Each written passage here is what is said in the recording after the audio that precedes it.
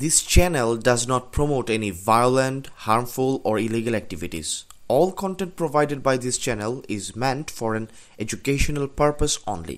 ত্রয়োদশ জাতীয় সংসদ নির্বাচনকে সামনে নিয়ে জুলাই আন্দোলন সংশ্লিষ্ট রাজনৈতিক দলগুলোর মধ্যে গত 6 মাসের বেশি সময় ধরে বিরোধ চলে আসছিল। বিশেষ করে বিএনপি ও জামায়াত ইসলামী নিজ নিজ অবস্থান থেকে পরস্পরের বিরুদ্ধে বক্তব্য বিবৃতি দিয়ে আসছিলেন।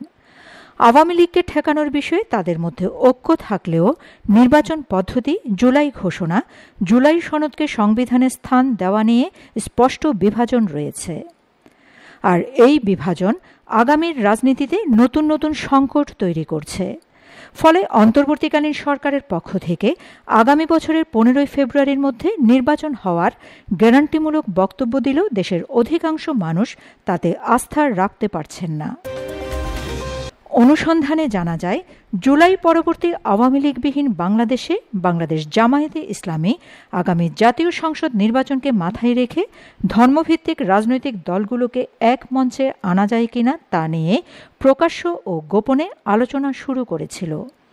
দলটির নেতারা বলছেন, 5ই আগস্ট পরবর্তী পরিস্থিতিতে ভেদাভেদ ভুলে এক হয়ে কাজ করতে হবে। এটিকে থিম ধরে ইসলাম ধর্মভিত্তিক রাজনৈতিক দল ও বিশিষ্ট ব্যক্তিদের সাথে মতবিনিময় শুরু করেছেন তারা, যার মূল লক্ষ্য হল ত্রয়োদশ জাতীয় সংসদ নির্বাচন। রাজনৈতিক বিশ্লেষকদের অনেকে মনে করেন, জামায়াতে ইসলামী ছাড়াও আরও বেশ কয়েকটি ইসলামপন্থী দলের অল্প পরিসরে হলেও নিজস্ব অবস্থান আছে এবং এর আলোকে দেশের সার্বিক রাজনৈতিক অঙ্গনে সময় ও অবস্থান ভেদে তাদের কিছুটা প্রভাবও তৈরি হয়েছে। ফলে নতুন রাজনৈতিক মেরুকরণের কথা চিন্তা করে হয়তো ধর্মভিত্তিক দলগুলো একজোট হওয়ার চিন্তা করছে। তার নমুনা ইতিমধ্যে দেশের মানুষ কিছুটা আঁচ করতে শুরু করেছে। জামায়াত ইসলামী, চরমোনাই পীরের দল ইসলামী আন্দোলন, মাওলানা মামুনুল হকের খেলাফত মজলিস সংখ্যানুপাতিক বা পিআর পদ্ধতিতে জাতীয় সংসদ নির্বাচন, গণভোট, গণপরিষদ নির্বাচন এবং জুলাই সনদ বাস্তবায়ন করার দাবি করে আসছে। অপরদিকে বিএনপি এসব দাবি নাকচ করে দিয়ে আসনভিত্তিক নির্বাচনের দাবি করে আসছে।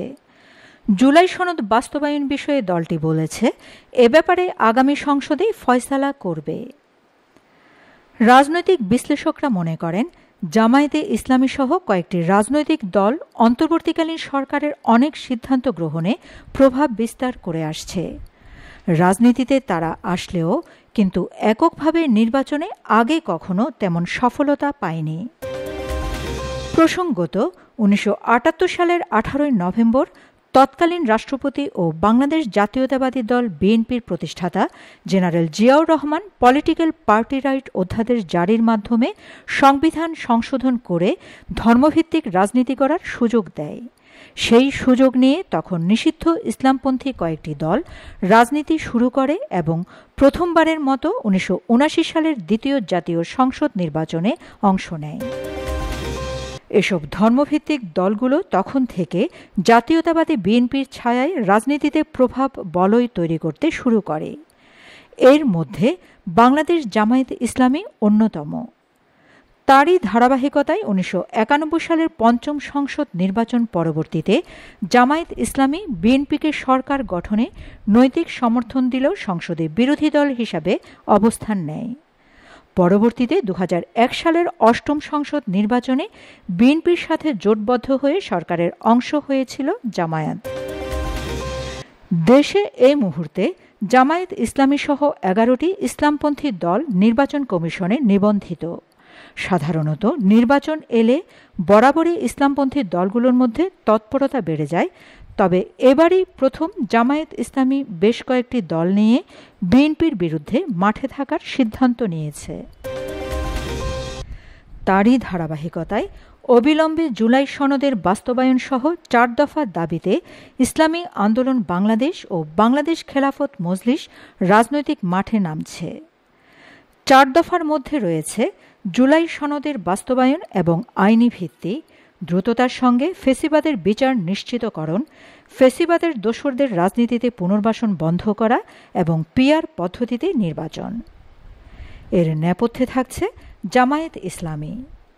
দলটি ইসলামী আন্দোলন বাংলাদেশ ও বাংলাদেশ খেলাফত মজলিস দিয়ে অ্যাসিড টেস্ট করতে যাচ্ছে।